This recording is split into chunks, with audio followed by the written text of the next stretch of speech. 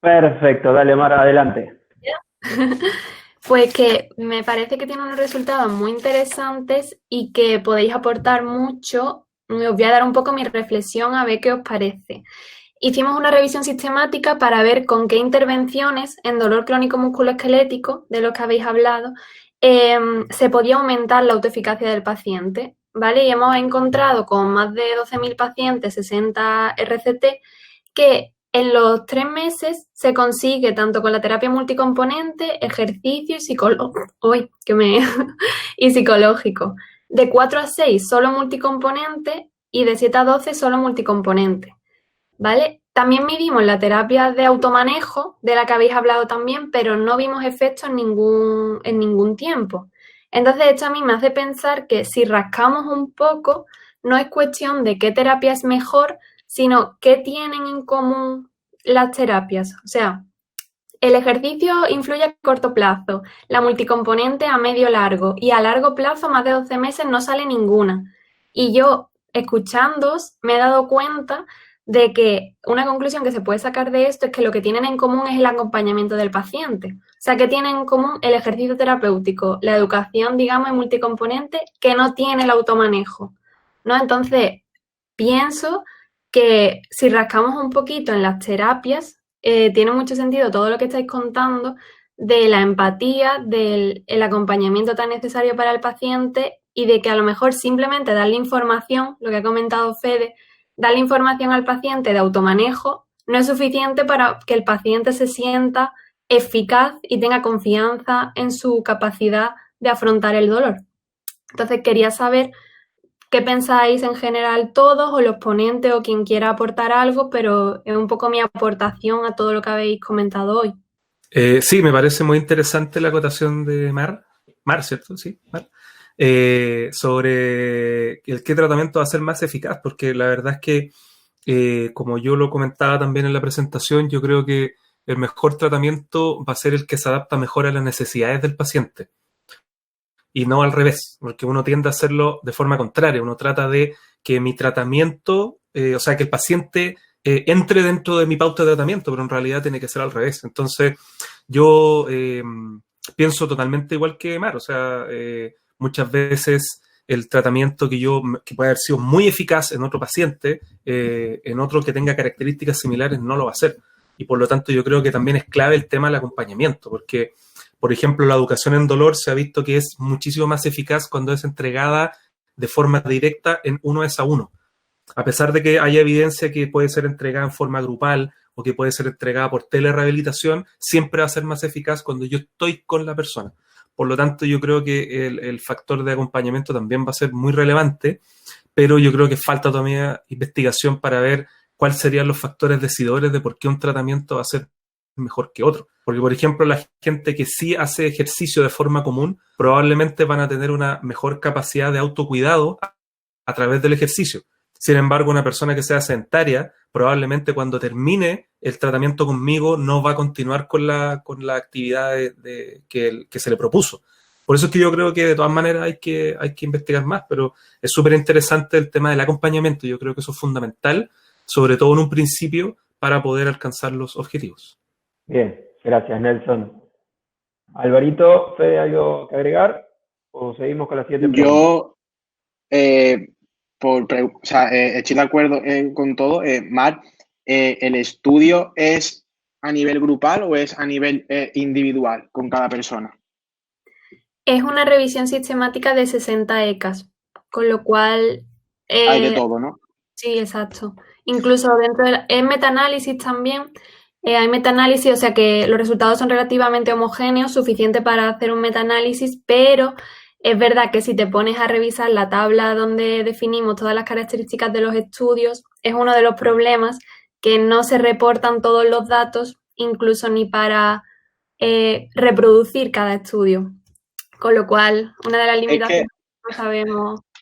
una de las cosas, por ejemplo, cuando pauto ejercicio y que me lleva a mí mucho a reflexionar es el hecho de pensar que el paciente, el hacer ejercicio le va a ayudar a no tener dolor, debería de ser motivo suficiente como para que hiciese ejercicio. Sin embargo, nos damos cuenta que las tasas de adherencia en base a ejercicios domiciliarios cuando empleamos, es insuficiente. Es decir, por muchos beneficios, como ha dicho Fede, que sabemos que reporta el ejercicio, son insuficientes para que los pacientes se adhieran.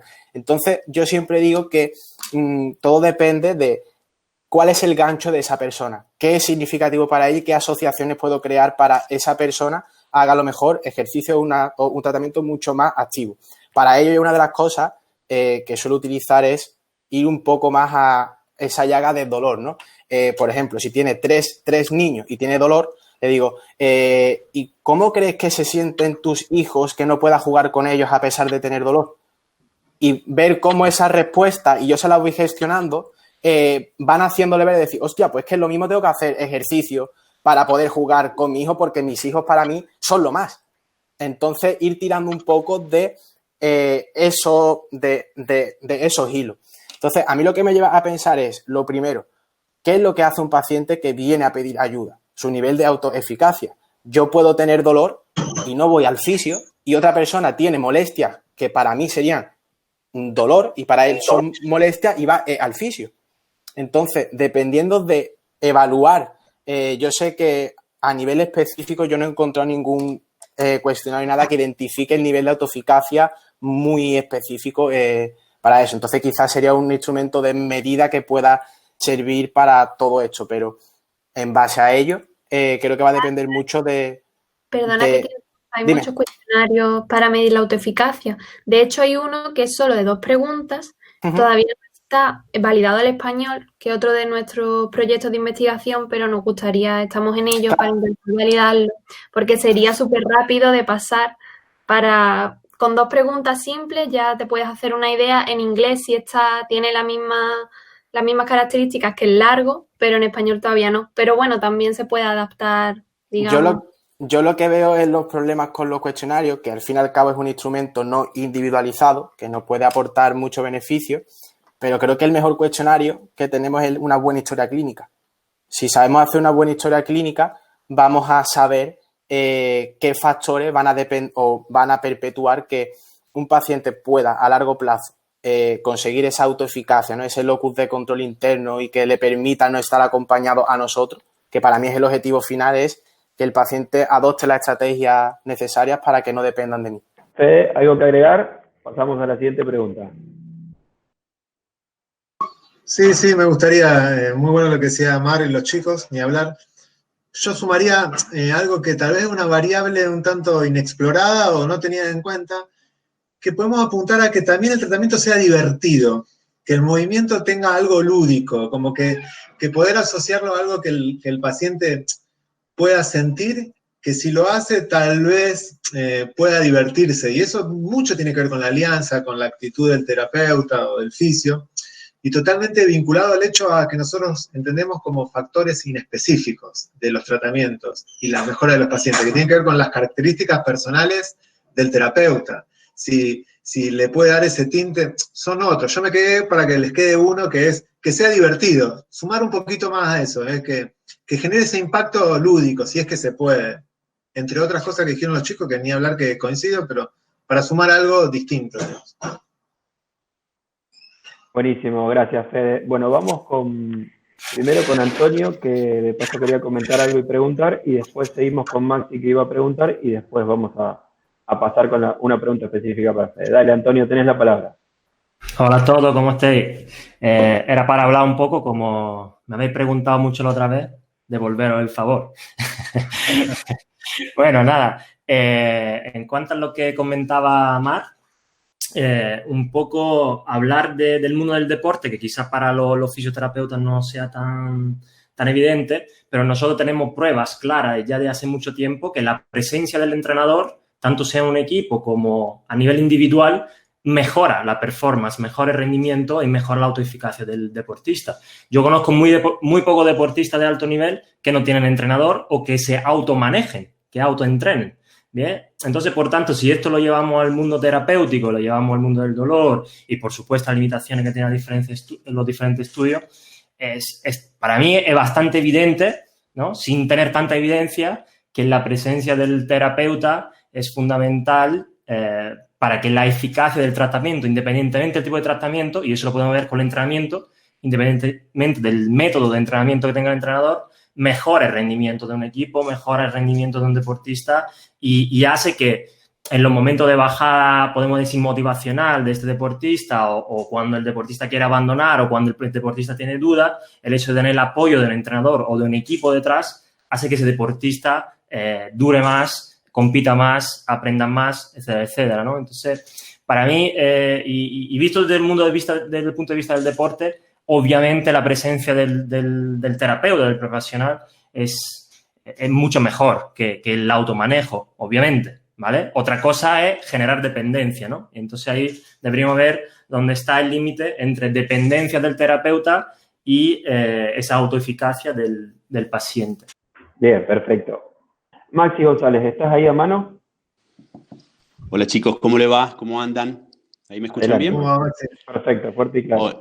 Hola, un gustazo estar con ustedes. La otra vez no estuve, lamentablemente, pero bueno, ahora escuchando a grosos. Ustedes saben que me pasa una cuestión muy particular. Yo tengo 46 años y con respecto a la tecnología, en este último tiempo me he tenido que poner a full con todo eso por la pandemia. Y una de las cosas que he estado viendo y haciendo son unas charlas de café con profesionales. Y a mí me llama mucha la atención es cómo el profesional llega al público, cómo el profesional llega a la persona, ¿sí? Y una de las cosas que por ahí no veo en la formación de kinesiología o de medicina es cómo el profesional puede interactuar con la persona, ¿no? Y es un tema porque no todos estamos capacitados para poder afrontar a un paciente. Al margen que nosotros tratemos pacientes, pero no todos tienen esa capacidad, esa empatía que ya viene con uno muchas veces, de poder charlar con el paciente y que el paciente se sienta vinculado con uno mismo también, ¿no? Entonces, estamos hablando de lo que el paciente, los objetivos del paciente y todo lo que puede hacer el paciente, pero también tenemos que reflexionar en lo que podemos hacer nosotros y ser autocríticos si servimos o no para esta profesión, ¿no? Bien, ¿alguno quiere agregar algo? De todas formas, Maxi, te voy a pedir rapidito que nos cuentes dónde trabajás y de dónde sos, que nunca hablamos todavía. Yo soy de Mendoza, de la tierra del buen vino y el sol, acá en Argentina. Yo soy director de salud postural, soy osteópata y RPGista, me dedico a todo lo que es tratamiento de escoliosis, así que, y acá con el tema de dolor también me apasiona junto con Lucas, que lo quiero como un amigo, es un gran amigo. Gracias, Maxi. ¿Alguno, Nelson? Te veo ahí listo para hablar. Sí. Adelante. Hola Maxi, ¿qué tal? Qué bueno verte por acá.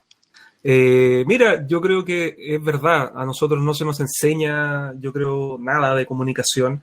Es una capacidad, una característica que se exige, así como el razonamiento clínico. Se cree que después de terminado los 5 años en la universidad, uno va a tener que razonar y va a tener una capacidad de comunicación. Pero claro, yo hago clases en pregrado y en posgrado, y muchas veces uno ve a los alumnos que pueden ser buenos en saber y conocer cosas, pero son muy malos comunicacionalmente. Entonces, cuando tú te enfrentas, y no solamente en esta área, sino que en cualquiera área de la kinesiología o de la rehabilitación, es muy necesaria la estrategia comunicacional. Y yo creo que eso debería agregarse dentro de las mallas de estudio. La forma de razonar, la forma de acercarse al paciente, cómo lograr una comunicación efectiva, y ahí yo creo que estamos muy al debe y nos podemos alimentar mucho de lo que saben los psicólogos, ¿verdad?, para poder conversar con una persona. Nosotros no somos psicólogos, pero somos de los profesionales de la salud que estamos en mayor tiempo contacto con los pacientes. Tenemos que saber comunicarnos con ellos de forma efectiva y no solamente hablar del partido de fútbol o que la pandemia y que el clima está helado, sino que tenemos que poder extraer información y comunicarnos de buena manera con ellos. Así que totalmente de acuerdo. No, quería agregar a esto que dice Nelson, Maxi, y lo que también comentaba Antonio, ¿no? La importancia de este tipo de habilidades a la hora de formarnos en la formación de grado. También algo que dijo Antonio la otra vez, de tantas cosas que habló, fue el tema de, bueno, hay que ver si los alumnos quieren aprender eso, ¿no? Los estudiantes de grado. porque uno cuando va a estudiar kinesiología, fisioterapia, ¿no? O entrenamiento, quiere ir a lo práctico, a meter mano, a estar en la cancha. Y bueno, pero me parece que esto es una cuestión de base que tendríamos que aprender desde el día 1 y no tanto en posgrado. Si bien en posgrado obviamente se perfecciona todo esto, ¿no? Pero me parece que estaría bueno hacer hincapié ahí también. Así que bueno, dicho eso, creo que Marquito, ahí Jesús también quería preguntar algo. Sí, ahora Jesús, dale, habilita el micrófono y arranca nomás. Vale, ya. ¿Se me oye? Perfecto, fuerte y claro. Vale, bueno, mi pregunta iba un poco a raíz de esto último que estáis comentando y también por fomentar un poco el que todo esto sea interdisciplinar, que es una de las cosas más interesantes que hay aquí. Fede ha hablado en primer lugar de hacer todas las prescripciones de ejercicio o de lo que se recomienda de actividad física de forma personalizada. Y luego Álvaro ha hablado al final de cómo educar al paciente, que ambas ponencias me han parecido interesantísimas. Y mi pregunta era un poco para Fede, para ver si él también nos puede aportar algo como psicólogo, cómo sería también la comunicación con el paciente a la hora de recomendar ciertos hábitos de actividad física, porque no sé si muchas veces el problema de qué cantidad de actividad física se recomienda, sino también del cómo se hace. ¿Y en qué sentido estrategia aquí, como la entrevista motivacional o alguna estrategia en ese sentido, puede ser interesante no solo a nivel de psicología, sino bueno, para todos los clínicos, para cualquier persona que trabaje con pacientes? Son muchas cuestiones, vamos a quedarnos con algunas. Yo recién les decía que el tratamiento sea divertido y eso es un poco apelar a la creatividad, ya es un punto que hace que el paciente se quiera acercar, digamos, que se sienta bien. Parecen variables del sentido común, pero que haya un entorno de un clima motivacional, si se quiere, agradable. Eso ya es muy importante.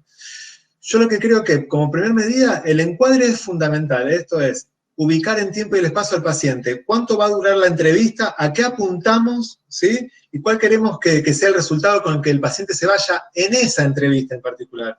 Y después tener una planificación, por supuesto, a largo plazo, a qué objetivo apuntamos, pero que siempre haya un encuadre. Bueno, hoy tenemos 30 minutos de trabajar. Fíjense cómo yo empiezo la charla y empezamos todos. Marco, ¿cuánto tiempo tenemos? Encuadramos, ¿tac? Y el paciente se orienta. Y un poco también lo que dice Nelson, porque el paciente pasa tanto tiempo con ustedes, le cuenta tantas cosas que a lo mejor es tanta la información que cuesta encauzarla. Entonces, ser claro en el objetivo y ser directo. Es en un punto, en un encuadre temporoespacial. Después, en relación a la entrevista motivacional, yo creo que adelantaría un poco, me quedaría en este punto de lo que dijo Álvaro, que es muy importante, que tiene que ver con los valores del paciente. Esto es el para qué va a ser la actividad física, el para qué va a ser la indicación que nosotros le damos, y conectarlo y vincularlo con la vida. Yo siempre cuento un caso que para mí fue paradigmático, que es cuando yo le pregunto a un paciente para qué quería sumirse a este plan de ejercicio, era para ver crecer a sus nietos, que tenía que ver un poco con lo que decía Álvaro, que no era solo generar un movimiento musculoesquelético para el tratamiento del dolor, sino que era totalmente vincular a su filosofía de vida, a lo que él quería para la vida. Esto, tenerlo muy en claro y explicitarlo, es fundamental y para eso hay que escuchar al paciente. Y en ese punto también tiene que ver con algo que uno tiene que buscar cuando las ganas no estén. Yo les decía, tenemos que destrabar la idea general de que hay que tener ganas para hacer los ejercicios, hay que tener ganas para hacer la indicación que nos propone el profesional.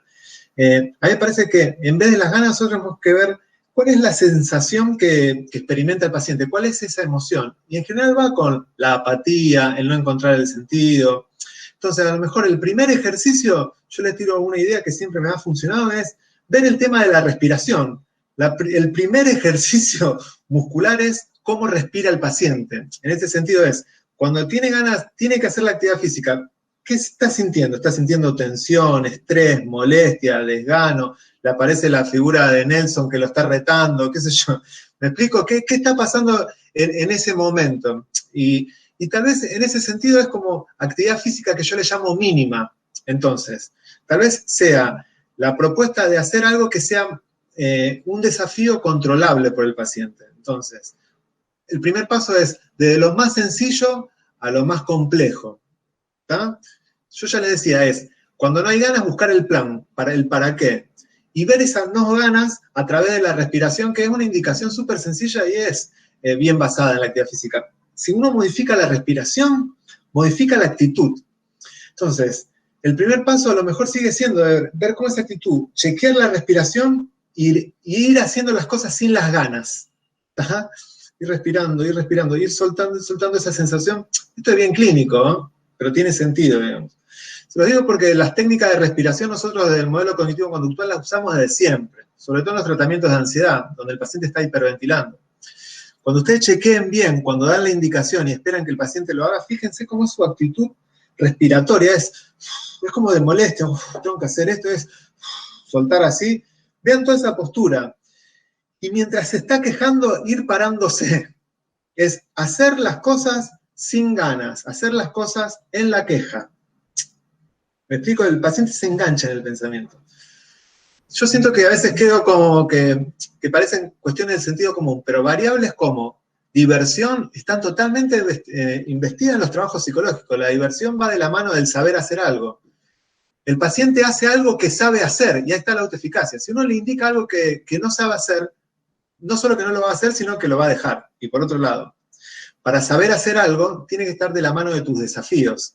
Y otra es el aburrimiento que genera algún tipo de ejercicios. ¿Me explico? Entonces, ¿para qué va a ser? El paciente tiene sentido lo que dice. Esto me aburre, no me gusta y no lo sé hacer. Ya está. Variables bien coloridas, yo le estoy planteando. Bien. Vamos. Enhorabuena, Miguel. ¿Estás por ahí? ¿Listo?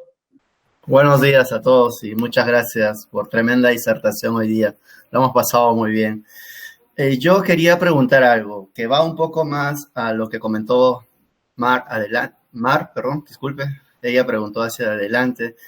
Si hacemos los estudios y tenemos datos cuantitativos, cuando las personas y el dolor realmente es subjetivo, ¿qué tanto podemos extrapolar esto a la práctica clínica? O sea, ¿dónde queda la individualidad de la persona? Dale, Nelson. Bueno, sí, es verdad. Yo creo que las investigaciones en general, no solamente en el tema del dolor, pero en rehabilitación tienden a ser muy cuantitativas, de llevarlo todo a número. Y el problema que tiene este tema es que no podemos llevar una experiencia subjetiva, sensorial, como lo es el dolor, a número. Entonces, ahí yo creo que falta más investigación que sea de tipo cualitativo, que sea con algún tipo de por ejemplo, escala psicométrica, que mida la satisfacción de la persona. Por ejemplo, por ahí hay algunos estudios muy interesantes de Chad Cook con terapia manual, en donde se ha visto que la terapia manual tiene mejor efecto cuando es seleccionada por el paciente y cuando tiene que ver con las preferencias que el paciente tiene y también con el principio de clinical equipoise, que no sé cómo se dice en español, que tiene que ver entonces con que el terapeuta se sienta cómodo en ir a aplicar una técnica. Yo creo que esas variables son sumamente importantes, pero no se miden normalmente.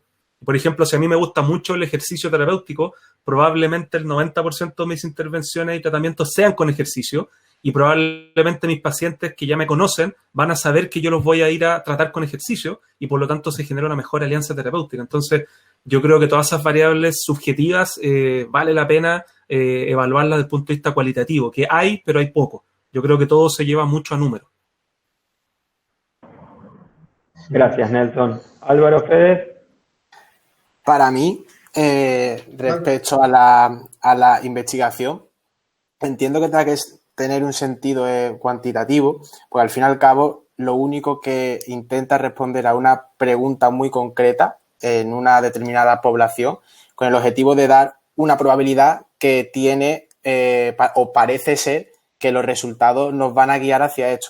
Pero la realidad clínica es totalmente diferente. O sea, tú al fin y al cabo, yo considero que en clínica nunca voy a tomar decisiones de certeza. O sea, certeza nunca voy a tener. Siempre me voy a mover entre el riesgo y la incertidumbre. Empezar a estar cómodos con un riesgo, con una incertidumbre, donde sí que es verdad que si baso mi clínica en esa práctica basada en la evidencia, en la experiencia clínica, en la comunicación interprofesional con los otros profesionales, con médicos, con psicólogos y eso, voy a tener un mínimo de certeza que pueda llegar a tener beneficios en base a lo que pienso o en lo que me baso. Por ejemplo, el ejercicio terapéutico en personas con dolor persistente no se sabe cuál es la dosis óptima a ciencia cierta, pero sí tengo un mínimo de certeza que sé que me va a mejorar y una gran probabilidad que pueda activar esa modulación endógena del dolor para que se encuentre. Pero aún así, si no consigo reconceptualizar ese significado previo a lo que él considera como una amenaza, por muy bueno que sea el ejercicio, esa pain matrix que mostraba Nelson antes en los estudios del K-Report de Mosley, seguiría estando, por mucho que yo considere que el ejercicio es bueno. Entonces, considero que la evidencia científica está ahí para ayudarnos, pero para movernos en probabilidades, donde al menos tener un mínimo de certeza. Gracias, Álvaro. Fede, dale, adelante. Sí, ni hablar, que coincido con los chicos. Está excelente la pregunta. Y voy a hacer referencia también al modelo cognitivo-conductual y le voy a contar un caso rápido, digamos, que también era en el trabajo que venía haciendo con Lucas. En esto de salir del consultorio con un paciente que viene con un cuadro depresivo, salir del consultorio significa ir a hacer la actividad física con el paciente, que en este caso era caminata. Un paciente que venía en un estado depresivo, que ustedes piensen que el paciente con depresión está la mayor parte del tiempo sentado y acostado. O sea que el tema de la activación a nivel comportamental es fundamental en varios sentidos, pero si yo invito a mi paciente a que venga al consultorio a hacer lo mismo que hace en su casa, que es sentarse y hablar de los problemas, es repetir el modelo contextual. Entonces, en este sentido, yo salgo con el paciente a caminar, y mientras estamos caminando y yo iba hablando, iba haciendo la psicoterapia en movimiento, me doy vuelta, miro para el costado y el paciente ya no estaba y yo estaba hablando solo. El paciente se había frenado y había quedado mirando al sol, el sol le daba en su cara y él me decía, hace tiempo que no experimento el sol en mi cara. ¿Eso cómo lo mido? ¿Me explico? Tuve que salir del consultorio para que el paciente tenga una experiencia que es súper mística, que es reencontrarse con el sol, sentir el calor que es esto de estar al aire libre, inmedible, Miguel. Pero sí rescato, porque vengo del palo de la investigación, y no es que no lo quiero dejar pasar, sino que solo hacemos investigación de lo general. La ciencia avanza de lo general, y después lo particular se va como totalmente deformando, hasta que llegan esa persona que te está hablando, pero las dos cosas son importantes. Es lo que dice Álvaro también. Pero no te olvides que la ciencia parte de lo general y en este punto va a lo particular. O sea que tiene un valor altísimo en muchísimos sentidos también. Gracias, Fede. Gracias. Bonilla Pablo, ¿estás por ahí? Atento. Estamos por aquí. Adelante. Sí, fuerte y claro, adelante. Vale, muy buenas a todos. Mi reflexión va para Nelson, ¿vale? Para su ponencia. Si entendemos el dolor como una respuesta emergente cuya necesidad es la de proteger ante un contexto de amenaza que es multifactorial y que está dentro de un sistema complejo, ¿por qué veo y sigo viendo en redes sociales o la gente quiere clasificar el dolor o trata de ponerle adjetivos como dolor nociceptivo, dolor neuropático? Si no podemos identificar a ciencia cierta o con certeza el origen de o la causa de ese dolor, y si luego esa clasificación no nos va a ayudar en la toma de decisión, ¿qué sentido tendría seguir clasificando ese dolor y poniéndole ese adjetivo? Si al final van a ser manifestaciones del dolor diferentes en cada persona, pero esa clasificación no la entiendo del todo, o al menos no la comparto bajo mi punto de vista. Uh-huh. Gracias. Mira, yo creo que la utilidad que tiene este tipo de clasificación es para un punto de vista metodológico, para comprender las características que pudiese tener, pero desde el punto de vista más como de teórico para estudios, ¿ya? Yo también considero lo mismo que tú en el sentido que cuando trabajamos con un paciente con dolor, da un poco lo mismo cuál es el origen que tenga este dolor. Yo por lo menos hace tiempo dejé de trabajar con etiquetas, en donde ya no me importa si el paciente tiene una bursitis de hombro o una luxación acromioclavicular o no sé, o alguna inestabilidad de hombro, porque la verdad es que yo estoy viendo la experiencia que él tiene y cómo yo puedo ayudarlo a lograr a recuperar su función. Entonces yo también creo que la clasificación, no sé si nos sirva, pero yo creo que simplemente es para entender las distintas características que pudiese tener o presentar algún cuadro. Porque claramente un cuadro neuropático o de dolor neuropático va a ser distinto a uno de dolor nociceptivo. Entonces, desde ese punto de vista, yo creo que te podría ayudar a ti como profesional para poder un poco ordenar ideas, pero a la larga, en cuanto al manejo del paciente, ya queda totalmente fuera. O sea, las características que este tenga van a ser muy personales y el abordaje que tú hagas también va a ser tremendamente aterrizado a lo que el paciente requiera. Yo, por aportar algo diferente, creo que lo he comentado en la presentación, que el 95% de los cuadros clínicos hoy día son patrones mixtos, hasta una cervicalgia, o sea que comparto esa idea de no trabajar con etiquetas y entiendo que pueda tener una función, sobre todo a nivel de investigación, para crear esos grupos más homogéneos, ¿no? Y sobre todo también creo que a la hora de hacer el razonamiento clínico nuestro, es humano, al fin y al cabo es uno de los egos cognitivos nuestros, ¿no? De intentar hacer fácil lo complejo, y nos gusta tener encasillados los tipos de dolores para manejar mejor la complejidad y intentar hacerlo fácil, pero es lo que decía, al fin y al cabo para mí dolor es lo que la persona dice que tiene, y tengo que saber que posiblemente la manifestación clínica, como comentaba Pablo, se va a manifestar común a nociceptivo, a neuropático y en algunos casos nociplástico, cuando podría ser un dolor nociceptivo. Puede tener una sensibilización amplificada en un dolor agudo por una mala gestión a nivel psicosocial en ese preciso momento. A ver, eso, como decía Lucas también, que todas las charlas que estamos dando tienen gran relación. Un poco si recordáis la primera diapositiva que puse en mi charla sobre los modelos, ¿no? La diferencia entre los modelos y la realidad, donde comentábamos que la mayoría de modelos están equivocados, aunque algunos pueden ser útiles, y aquí deberíamos añadir, pero otros son inútiles, ¿vale? Es decir, es verdad que en la mayor parte de los casos tendemos a simplificar, categorizar, pero al final eso tiene que servir para tomar decisiones, y si no sirven para tomar decisiones, entonces deberíamos dejar de utilizarlo, ¿no? Y ya está, y sin más, ¿no? Entonces, y tampoco estoy seguro que sirva a nivel de investigación. Yo también estoy con el doctorado, y yo creo que al final definir mal algo también lleva a una mala investigación. Por tanto, también los metaanálisis y revisiones sistemáticas, que alguno quiere llamar como alto grado de evidencia, si están basados en estudios mal hechos, pues están mal hechas también los metaanálisis, ¿no? Partiendo del hecho que, y eso me gustaría añadir una pequeña reflexión sobre también lo que decía Álvaro, y una frase que me gusta mucho de Taleb, que muchas veces queremos llevar la teoría a la práctica cuando realmente deberíamos llevar la práctica a la teoría, es decir, partir de la práctica, ir a la teoría, luego de la teoría a la práctica, y no al revés.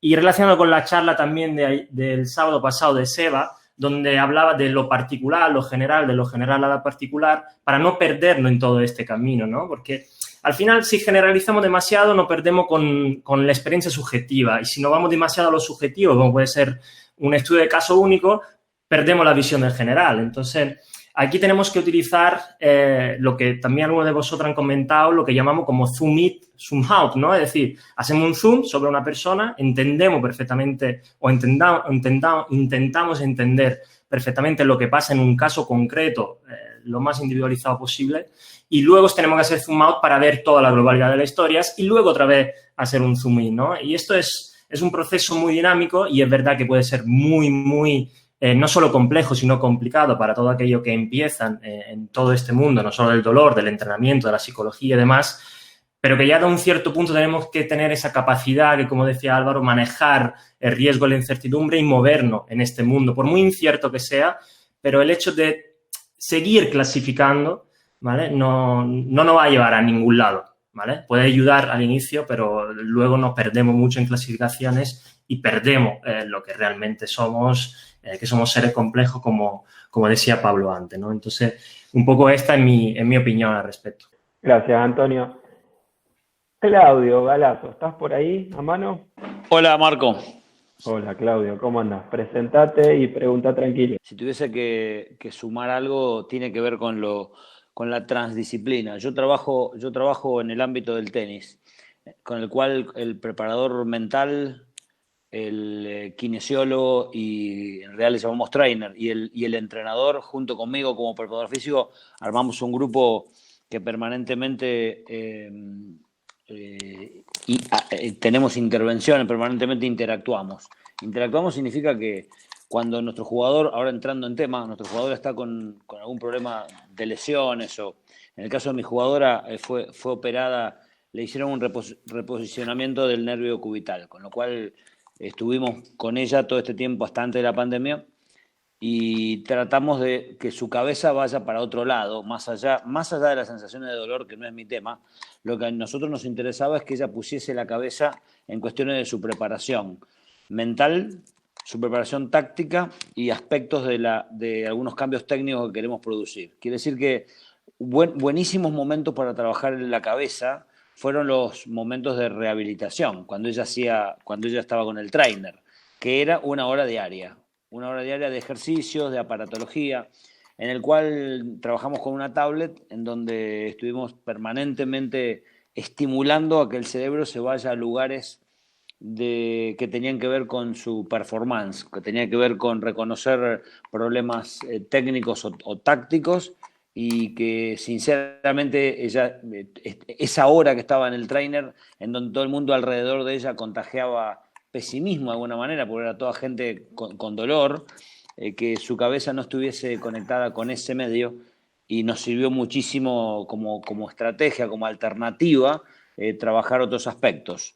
Solamente sumarlo al hecho de que no es tan difícil de que un paciente hoy que está en tu camilla tenga su propia tablet, tenga su propio proyecto de formación o de educación. Estamos hablando permanentemente, se habló sobre lo que es educar desde neurociencias. Bueno, me parece que el proyecto puede ser totalmente individual y relacionado con aquellas cosas que más miedo te traen, aquellas cosas que más incertidumbre te generan, que en algunos casos es el proceso específico de curarse de la lesión, y en otros casos tiene que ver con llevar la cabeza a lugares que te traigan sensaciones positivas. Y esto de las sensaciones positivas es algo que logramos junto con el psicólogo que hace todo el trabajo de preparación mental. Él estuvo muy bueno en esto de poner la cabeza. La piba con la que yo trabajo ganó medalla de oro en el 2016 en las Olimpiadas de Río de Janeiro. O sea que irnos a los partidos previos, a la semana previa de preparación a las Olimpiadas, nos resultó sinceramente muy lindo para todos nosotros, no solamente para ella, sino que ella terminara la sesión de kinesiología diciendo que tenía muy buenas sensaciones, para mí es tan fuerte o más que el hecho propio de la curación de lo que es las estructuras, de lo que es el codo, el nervio, los ligamentos, el tejido dañado. Nada, simplemente como un aporte, con lo cual la rehabilitación o la reeducación de la jugadora, en realidad la hicimos todos como cuerpo, acompañándola, todos como cuerpo técnico. Simplemente aportar eso, una muy linda experiencia. Gracias, Claudio. No, por favor. Fede, adelante, vamos. Sí, sumando lo que dice Claudio, que es buenísimo porque nos deja a los psicólogos bien parados, sobre todo, por lo menos a mí, junto a todos ustedes.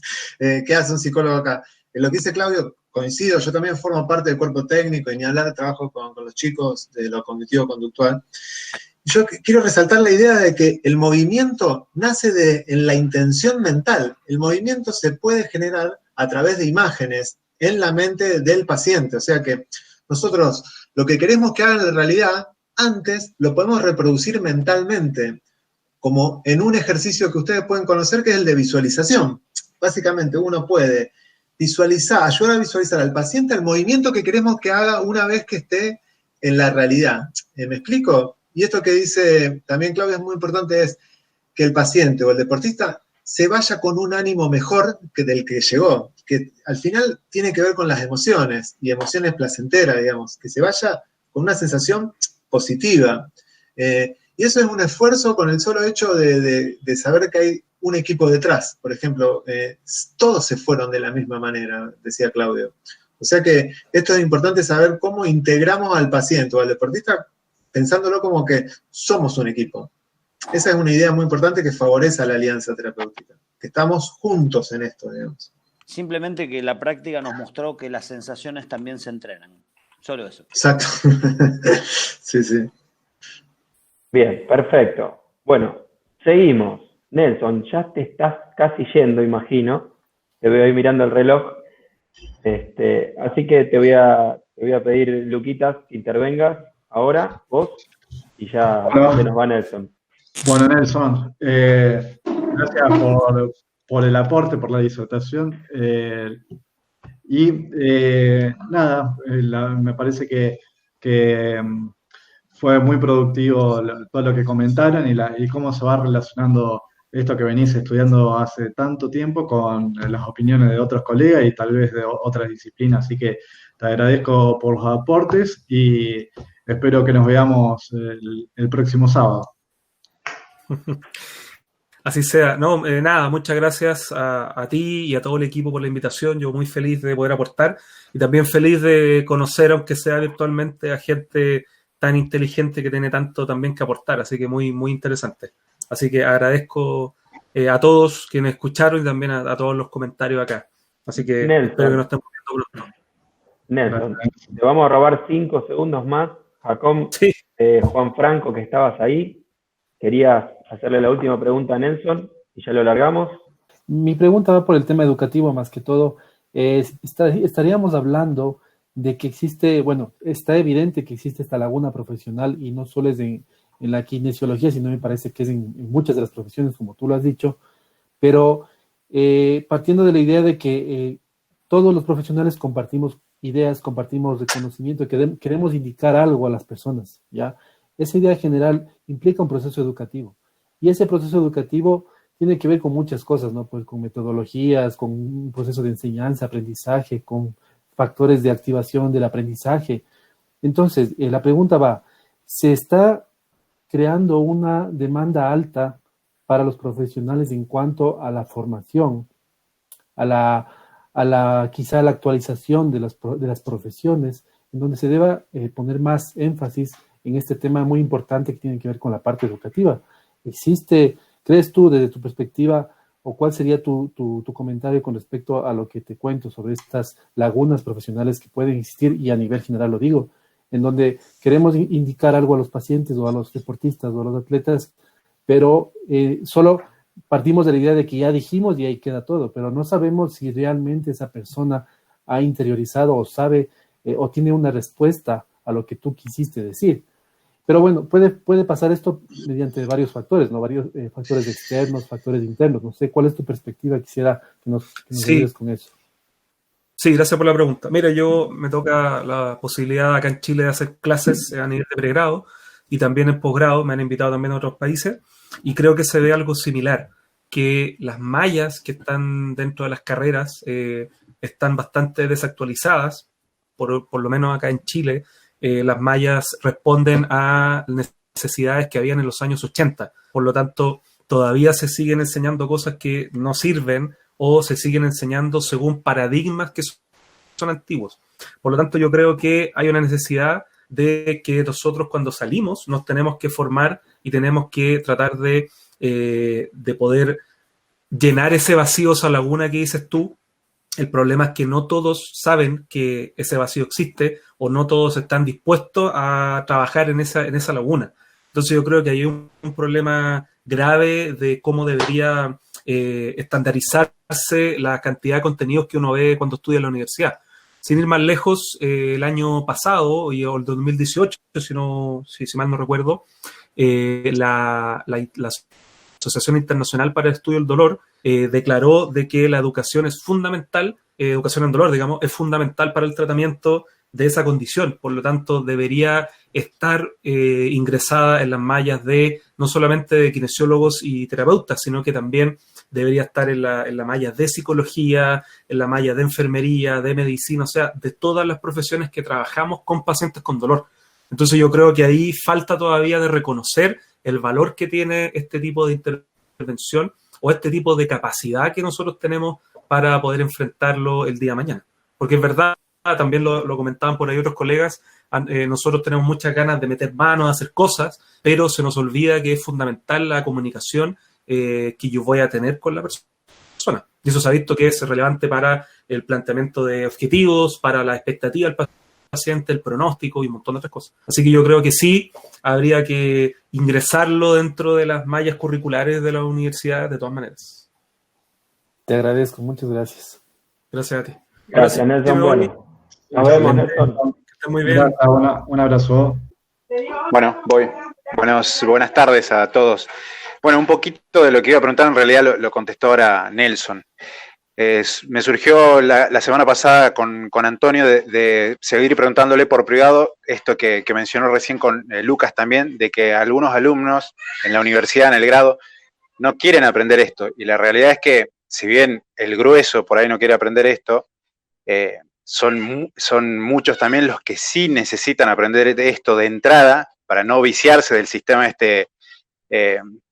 patoanatómico que tenemos predominando en nuestra profesión, en nuestras profesiones. Entonces, lo que decía recién Nelson, hay que cambiar la currícula, digamos, hay que modificarla y ponerle importancia a las cosas que realmente importan y que quizás son las más simples. Entonces, me gustaría por ahí a Federico, que es de otra área, preguntarle cómo hacer para introducirlo, porque no podemos introducirlo de golpe, cómo hacer para introducirlo de a poco en el grado. Yo tengo la suerte de apenas haberme recibido, haber podido empezar con docencia a la parte de clínica, y siempre es como que falta un poquito para poder contagiar más a otros docentes, que es lo más costoso, porque todos están con sus sesgos, digamos, nosotros también obviamente, pero quisiera que me cuente él de cómo hacer para contagiar a esta población. Germán, primero contraten un psicólogo, sería. Tengo que defender a mi gremio, ¿te parece?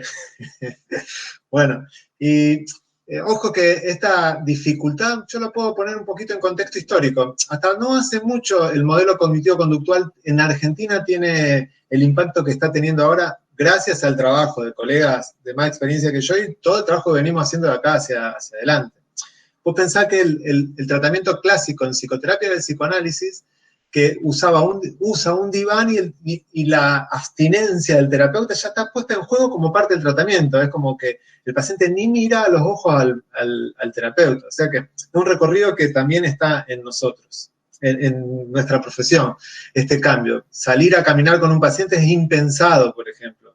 Hacer movimientos de elongación en un consultorio era impensado de la llegada del psicoanálisis hasta el momento que aparecen estos modelos. Primero en ese contexto, o sea que a mí me costó mucho sacarme esto y poder ser un terapeuta con el cual yo me identifico.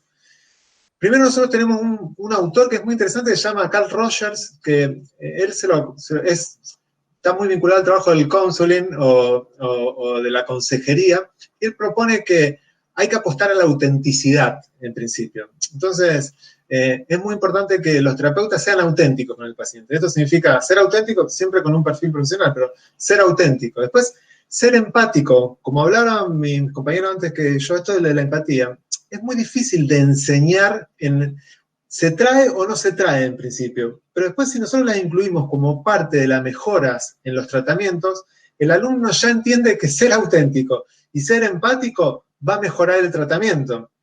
Entonces, en ese sentido, debería haber una escuela, entre paréntesis, de empatía, y el docente lo transmite con su ser. ¿Cómo te puedo decir? Yo lo transmito porque no encuentro otra forma de hacerlo. Seguro que Nelson y Álvaro, seguro lo mismo, y todo lo que estamos acá es como que transmitimos algo y eso es lo que contagia. Cómo es uno y llevarlo a la educación. Primero hay que serlo uno y después uno lo transmite. Entre la autenticidad y la empatía está esto de la objetividad. Pero yo no quiero dejar de explicar este hecho de que hay factores que son inespecíficos que no se enseñan, y son un montón. ¿En qué contexto social se da la práctica? ¿En qué universidad estamos dando clases? O en otro punto es el género del docente, si es hombre o mujer, la edad que tiene. Se transmiten tantas cosas que en algún punto yo me quedaría conectado con la autenticidad y la empatía vinculada al efecto terapéutico que tiene. Entonces hay que enseñar que esto mejora al paciente. Entonces tiene que ser como una especie de bagaje teórico vivencial. Y para eso hay que sentirlo. Entonces las orientaciones tienen que estar más en lo vivencial, que insisto mucho, en lo científico y en la autenticidad. Esos serían los puntos, Germán, que me animo a decirte en esta fracción de tiempo, digamos. Justamente pasa esto, que en definitiva el paciente y el alumno no son diferentes, digamos, la forma que tenemos de llegar a ellos es la misma. Coincido muchísimo con Fede, ya que Carl Rogers, eso de autenticidad yo lo entiendo como la seña de identidad de cada uno. Si cada profesional sanitario tuviese su seña de identidad y transmitiese desde ahí, todo cambiaría. Respecto a la empatía, sabemos que ya se puede medir desde resonancias magnéticas funcionales que aquellas personas que tienen puntuajes más altos en cuestionarios de empatía parece ser que tienen un mayor número de neuronas espejo. Somos bioplásticos, ¿no? Se supone que podemos enseñar a ser más empáticos. Entonces, a mí una de las cosas que a mí en su día eché en falta en la carrera, y si el día de mañana tuviese la opción de estar metido ahí como profesor en la carrera, una de las cosas que cambiaría sería eso.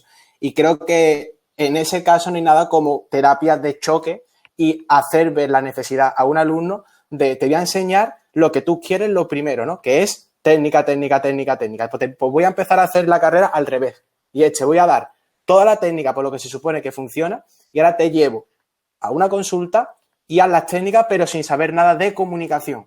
A ver si sabes hacer una historia clínica, si sabes razonar y todo eso. Y lo mismo, la cosa cambia. Y empezamos a enseñar a ser mejores personas y no mejores técnicos. Entonces, yo como alumno, como el más joven y como quizá lo que puedo aportar es eso. Pero es una cosa que yo creo que es como yo lo haría. No quiere decir que sea ni mejor ni peor, pero si podéis implementarlo y puede servir de inspiración o ayuda para otros, pues mira, eso que puedo aportar y eso que me llevo, ¿no? Gracias, Álvaro. Muchas gracias.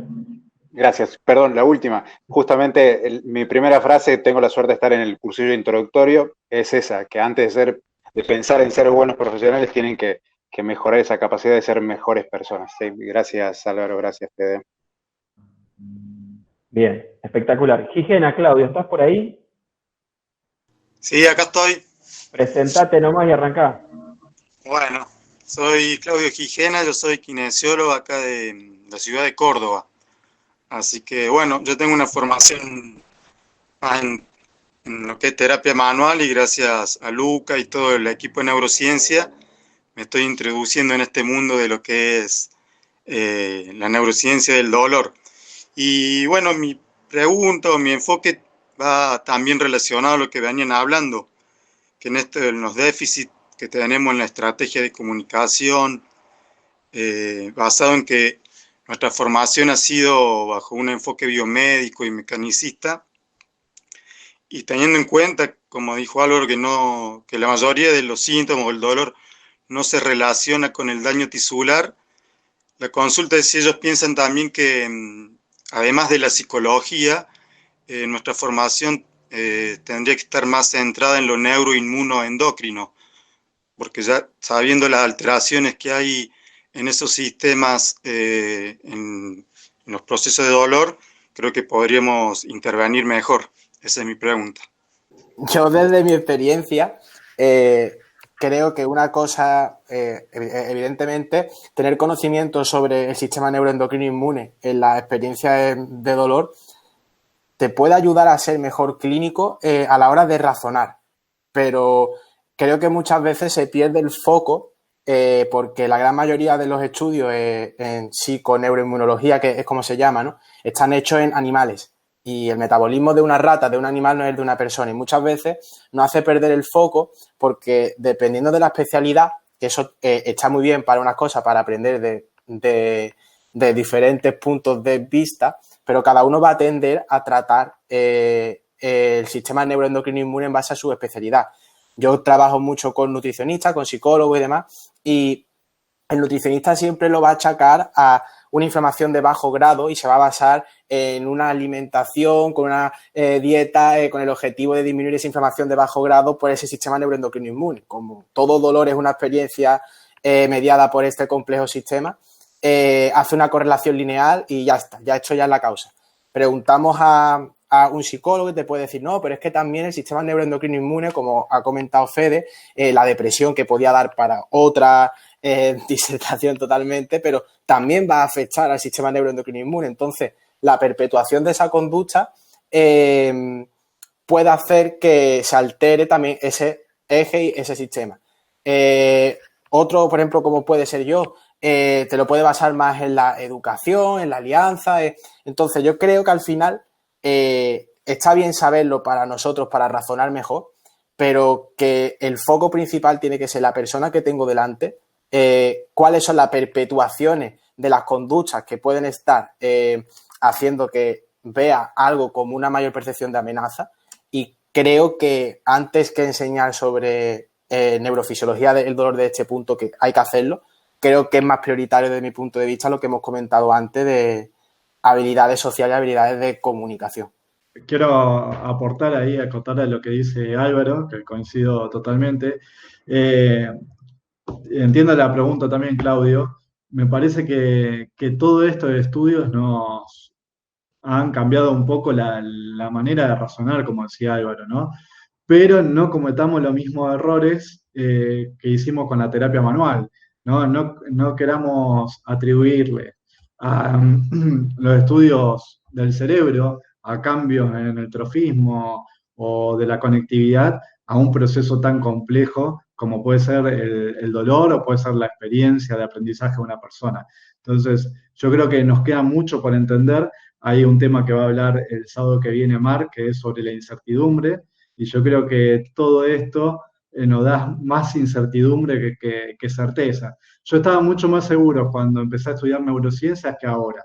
Creo que ahora entiendo menos las neurociencias en un punto que lo que entendía o creía entender al principio. Entonces me parece que tengamos en cuenta esto y creo que, y comparto con lo que dice Álvaro, hay un montón de otras cuestiones que tendríamos que aprender de base, como estas habilidades de empatía, comunicación y demás, y empezar por ahí también, de empezar a entender otros modelos, más allá de las evidencias, porque después es muy difícil tanto traspolar la evidencia científica que en experimentación animal o humana a los pacientes, y creo que vale más el razonamiento clínico cuando estamos adelante de la persona.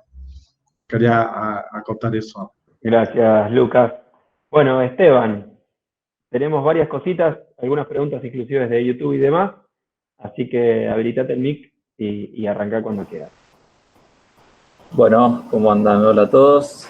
Yo soy Esteban, soy licenciado en Kinesiología acá en Argentina. También formo parte de Evolucionar con los chicos.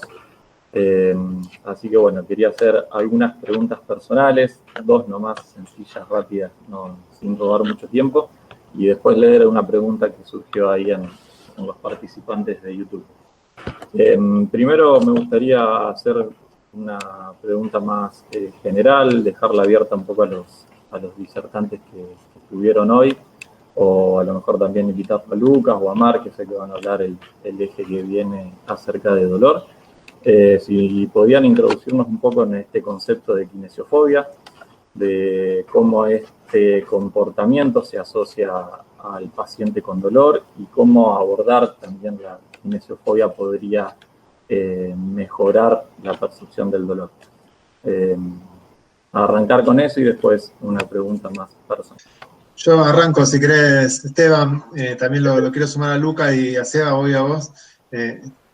Podemos pasar el chivo que estamos en la construcción de un libro para el tratamiento de la kinesiofobia, o sea que ahí ya los comprometo a los chicos para que me ayuden también en la respuesta. La kinesiofobia está totalmente vinculada al dolor, como me enseñaron a mí los chicos. El término de kinesio y el término fobia tiene esta vinculación bien directa con lo psicológico también como forma de abordaje. Yo creo que primero, el primer gran tratamiento en la kinesiofobia es interdisciplinario o transdisciplinario, como dice Seba. Esa es la primera gran ayuda que vamos a tener. En segundo lugar, ni hablar que esto que discutíamos en la investigación, pero está bastante estudiado en evidencia de que el tratamiento más indicado es el cognitivo-conductual por varios motivos.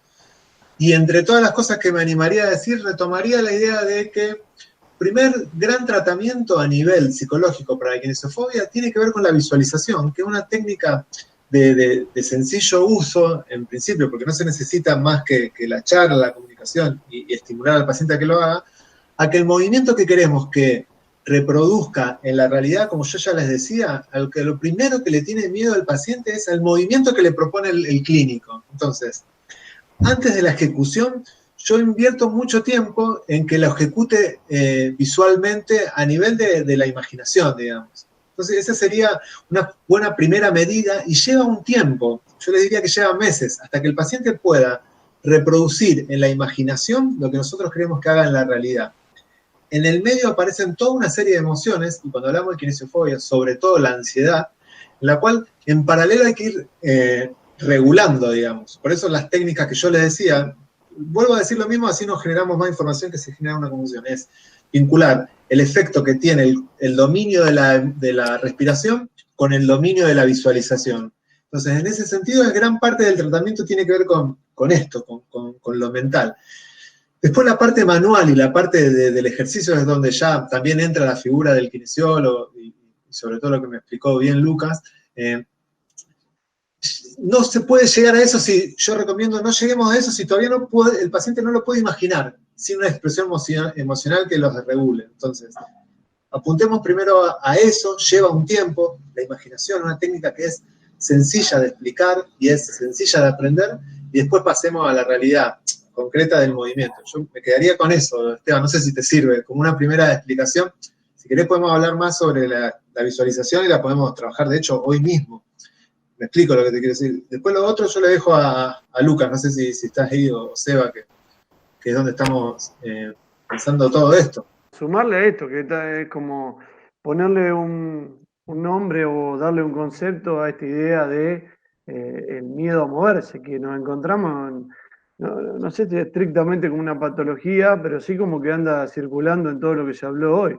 Ese miedo que trae un poco el dolor, un poco el sedentarismo, un poco los hábitos, cómo va generando esa retracción por el movimiento, que la tenemos en todos los campos y que la debemos abordar para dar ese paso más, en el caso de la psicoterapia inclusive, o el sedentarismo, o la rehabilitación, o la enseñanza de un movimiento. Hay algo que me impide desarrollarme como un sujeto que se mueve, que es lo que en definitiva somos, y que va causando una retracción cada vez mayor.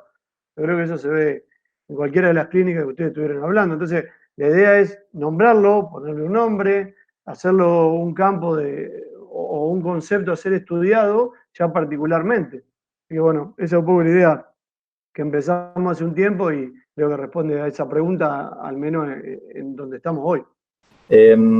Después quería hacer una pregunta más desde el ámbito clínico donde yo también trabajo, que es la neurorehabilitación, e introducir un poco este tema a la educación. Unas dudas que por ahí unos que tienen la práctica diaria y que nunca termino de responder. Yo considero la educación una herramienta esencial, principalmente en este tipo de pacientes. Creo que educarlos sobre los objetivos, sobre las herramientas que tenemos para trabajar su recuperación motora.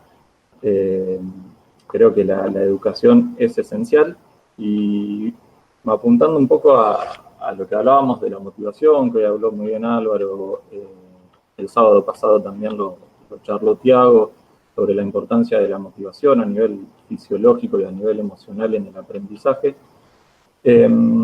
¿Cómo podemos nosotros abordar la educación en ese paciente con un trastorno neurológico, que sabemos que es un daño estructural y que muchas veces, si bien podemos llegar a tener mejorías desde la función motora, hay ciertas patologías que van a ser degenerativas y evolutivas y crónicas, y muchas veces los cambios motores que vamos a llegar a tener no van a ser completos?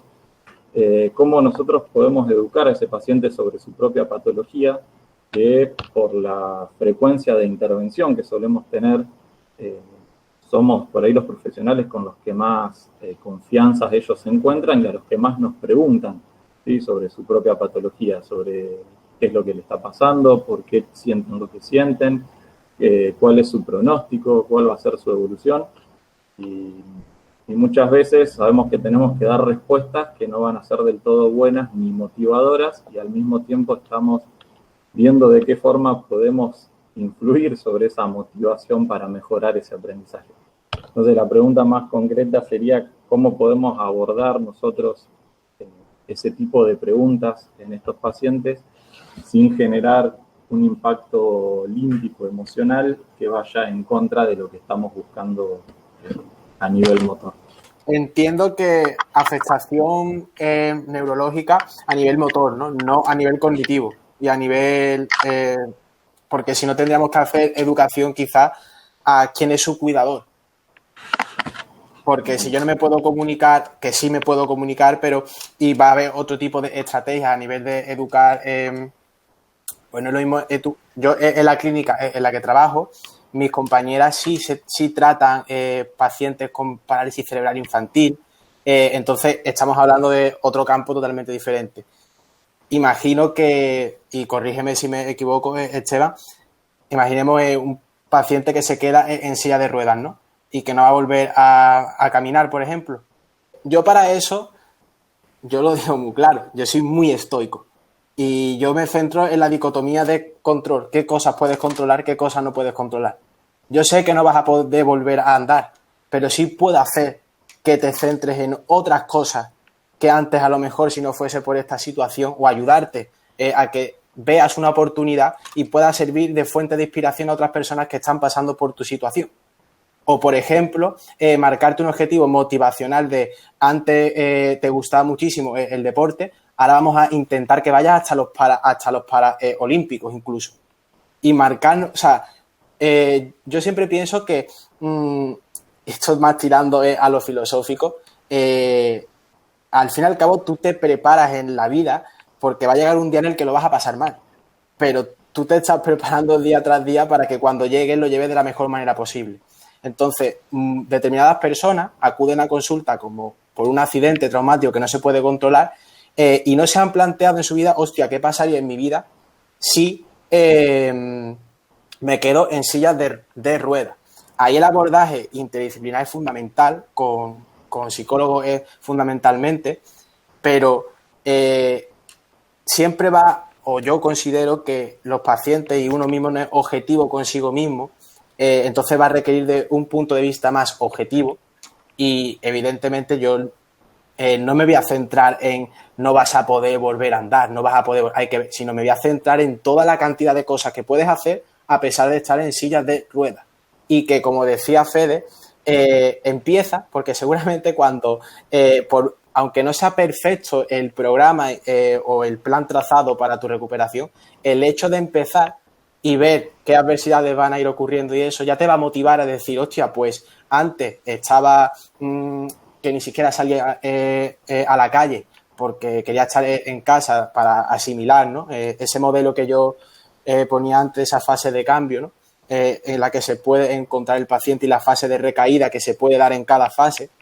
Y de repente, si yo consigo sacar al paciente de consulta en silla de rueda a dar un paseo, lo mismo la rehabilitación hoy día se basa en eso, en salir a andar. Yo tenía una paciente con 89 años, se fracturó la cadera y su objetivo era ir a misa. Para ella lo más importante era ir a misa. Y tenía que ir a domicilio y la rehabilitación consistió en, poquito a poco, una exposición graduada en ir a misa desde su casa. Entonces, claro, cada día estaba más cerca porque tenía que ir a misa a una distancia de 1 kilómetro y antes solía ir andando. Claro, desde que se partió la cadera, eso para ella suponía... Y yo desde el primer momento me centré en, aunque sea con andador, vamos a empezar a andar. Al final acabo quitando el andador y eso. Y para quien me siga por redes sociales, esa señora mayor que yo suelo compartir mucho, que tiene hoy día implementado como hábito hacerse 300 sentadillas diarias con 89 años. Se las distribuye en el día a día en series de 10 y cada 20 minutos se hace su dosis de 10 sentadillas. Sí, genial, está bárbaro. Creo que, a ver, yo coincido mucho con lo que estás planteando. Creo que a la hora de planificar objetivos, y más con este tipo de pacientes, nos vamos a basar en sus propios objetivos, y en los objetivos que a él lo motivan a moverse y a interactuar, obviamente, en su contexto. Así que está genial.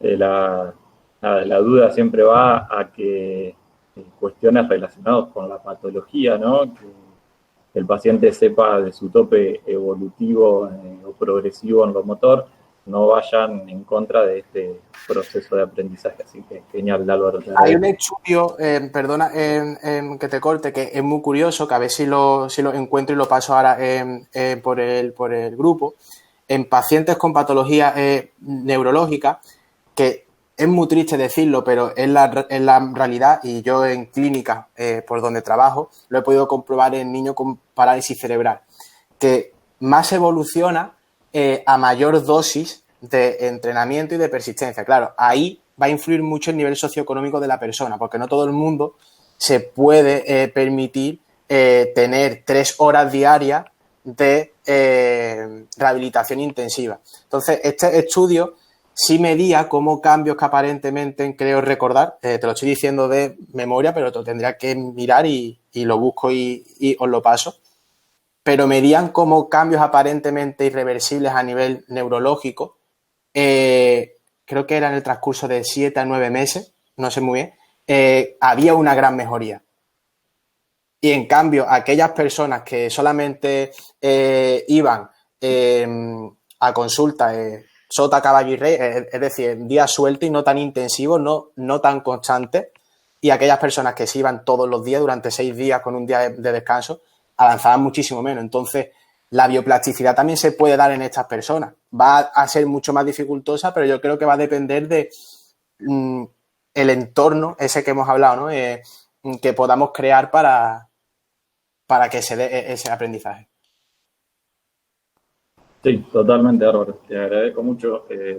Sí, lo que estás nombrando obviamente son todos condicionantes que sabemos que van justamente a eso, ¿no? A condicionar ese proceso neuroplástico, tanto la regularidad, la significancia que tengamos, las tareas que propongamos dentro de la terapia, van a estar condicionando ese proceso neuroplástico, y como vos bien decís, sabemos que toda patología, si sea neurodegenerativa, evolutiva, va a tener capacidad de generar neuroplasticidad y cambio. Así que, bueno, obviamente con un cierto techo que lo está dando el daño estructural. Totalmente de acuerdo. Te agradezco mucho y, bueno, espero el artículo.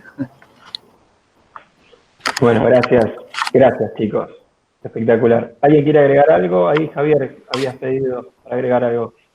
Bueno, yo soy de profesor de Educación Física, soy de Bahía Blanca, porque estoy medio metido en este hermoso grupo. Agradecerle a Seba y a Lucas, son los que me han invitado. Bueno, tengo la suerte de conocerlos hace mucho tiempo.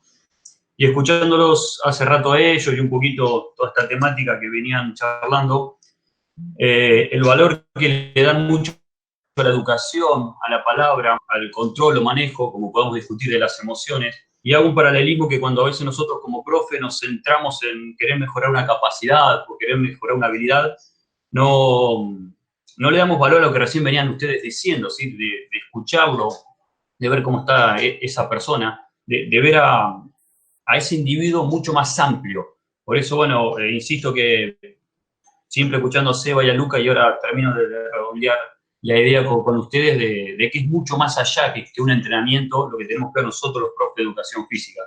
Así que, bueno, agradecerles a Lucas, a Seba, a vos, esta posibilidad que me dan de estar, y agradecerles los contenidos. Y insisto que, también escuchando a Fede, del valor que tenemos que dar a la educación y a la palabra, más que a veces en un objetivo central. Así que, bueno, muchísimas gracias.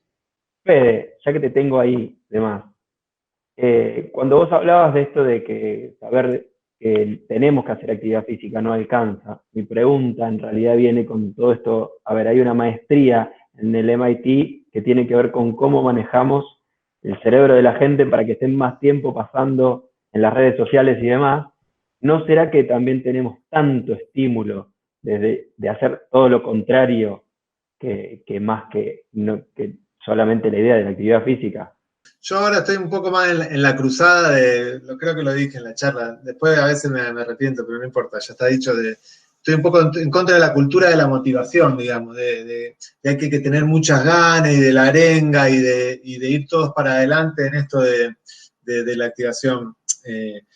Yo tiro un chivo entonces, tengo un Instagram que se llama @7000pasos, en la cual nosotros tenemos como una especie de, juntamos dos cosas ahí, es el uso de la tecnología, que como bien dice Marco, que tiene tanta importancia en la vida actual, y un feedback directo que es hacer el movimiento basado en paso y que te da la posibilidad de ir chequeando vos en tu vida cotidiana cómo es tu nivel de movimiento. Esto te da como una especie de efecto, si ustedes quieren, motivacional de saber cómo es tu movimiento diario. Y una vez que vos lo sabés, y está basado en pasos, y lo tenés en un aparato que es tu teléfono, que lo tenés todo el día encima, podés ir planteándote pequeños desafíos.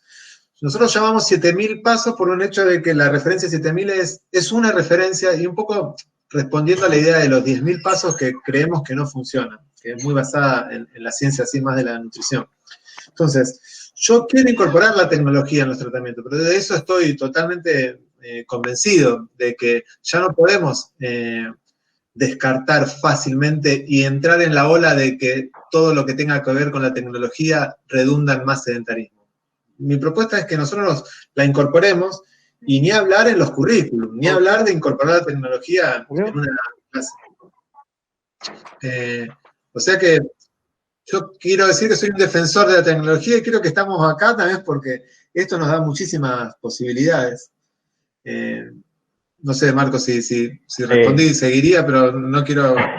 Gracias, Fede. Dejaste picando. Sí, a propósito. Álvaro, ya que estás ahí, te veo levantando.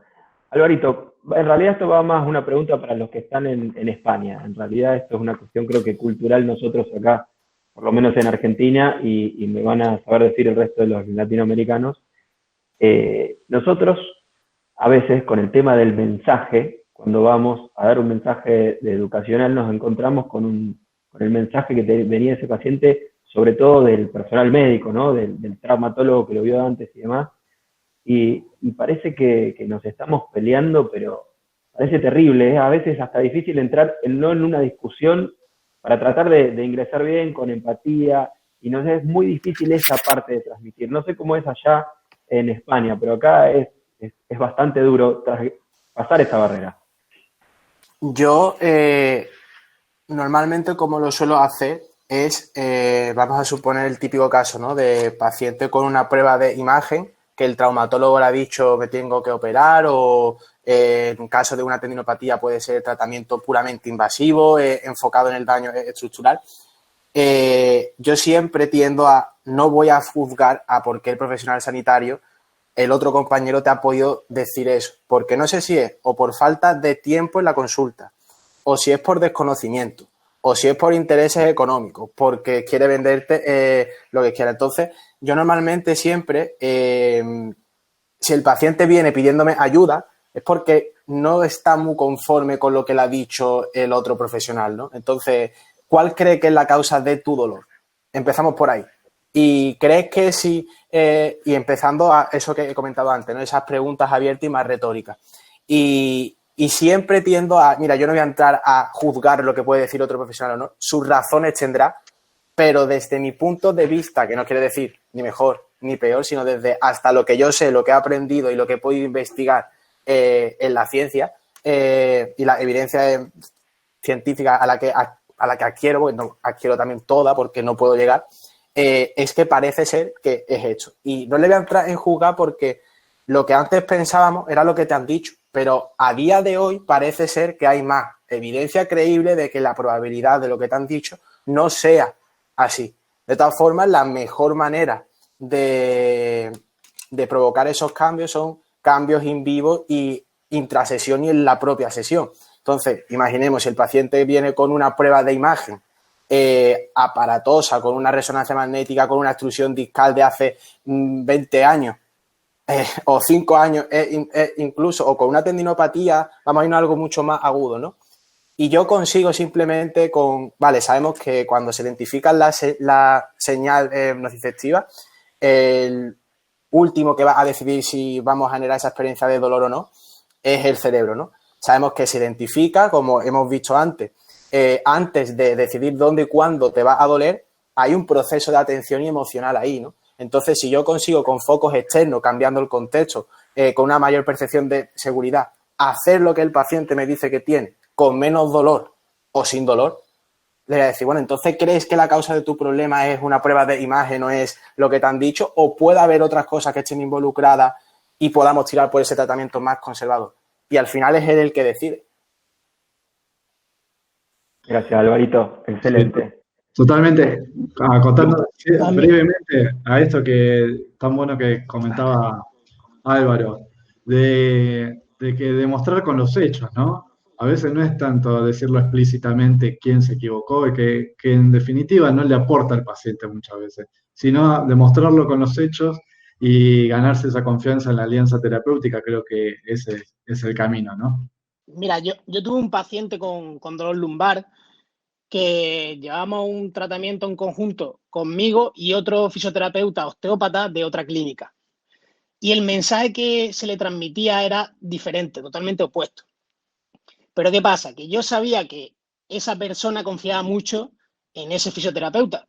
Entonces yo, si me viene con unas creencias erróneas y trato de quitárselas en la primera sesión o tratar de cambiarlas, lo que voy a hacer es que se aleje de mí y se vaya con la otra persona. Entonces esa alianza terapeuta, ese vínculo no se va a dar. Entonces yo lo que hice, simplemente en la primera sesión, recoger información, no intervengo con la palabra, sino con los hechos, como estáis diciendo, y esa persona, ese fisioterapeuta le dijo, es que tu dolor de espalda viene dado porque te agachas de una forma errónea para coger cosas del suelo.